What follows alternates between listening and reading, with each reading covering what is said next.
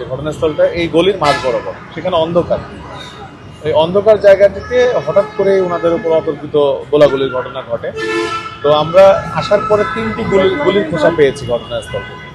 তো তিনটি গুলির খোসা পেয়েছি এবং ঘটনাস্থল থেকে একটু দূরে মুদি দোকান রয়েছে দুটি।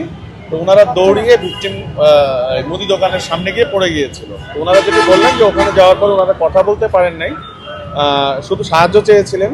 তো ওখানে যারা বসেছিলেন দোকানে ওনারা তাদেরকে ভ্যান যোগে হাসপাতালে পাঠিয়ে দিয়েছে।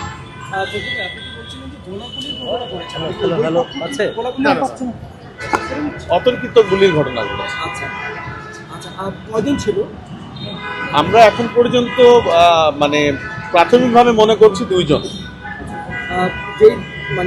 মুসাফিরের সঙ্গে ছিল কয়জন? ওনারা ভিকটিম দুইজন টোটাল। আর গুলিবিদ্ধ হয়েছে দুইজনই ঘটনাস্থলে ছিল আমাদের কাছে মনে হচ্ছে। আরেকটা বিষয় হচ্ছে না না, ওখানে ওত পেতে বসেছিল। ওই অন্ধকার গলির ওখানে ওত পেতে বসা ছিল। প্রাথমিকভাবে কি ধারণা করছেন আপনারা? প্রাথমিকভাবে আমরা এখন পর্যন্ত সিসি ক্যামেরা ফুটেজ বিশ্লেষণ করব। এখানে ওনাদের আত্মীয় স্বজনের সঙ্গেও কথা বলবো। উনি একটি দলে ছিলেন, দলের নেতাকর্মীদের সাথেও আমরা কথা বলবো, ওনার কোনো বিরোধ ছিল কিনা, সামগ্রিক বিষয় নিয়ে আমরা কাজ করব। আমরা একটু জানি যে কারণবাজার চাঁদাবাজি কেন্দ্র সেটিও সে বিষয়টিও আমরা মাথায় নিয়ে কাজ করব। আপনার পরিচয়টা মনে হচ্ছে আমি মোহাম্মদ ইবনে মিজান, ডিসি তেজগাঁ।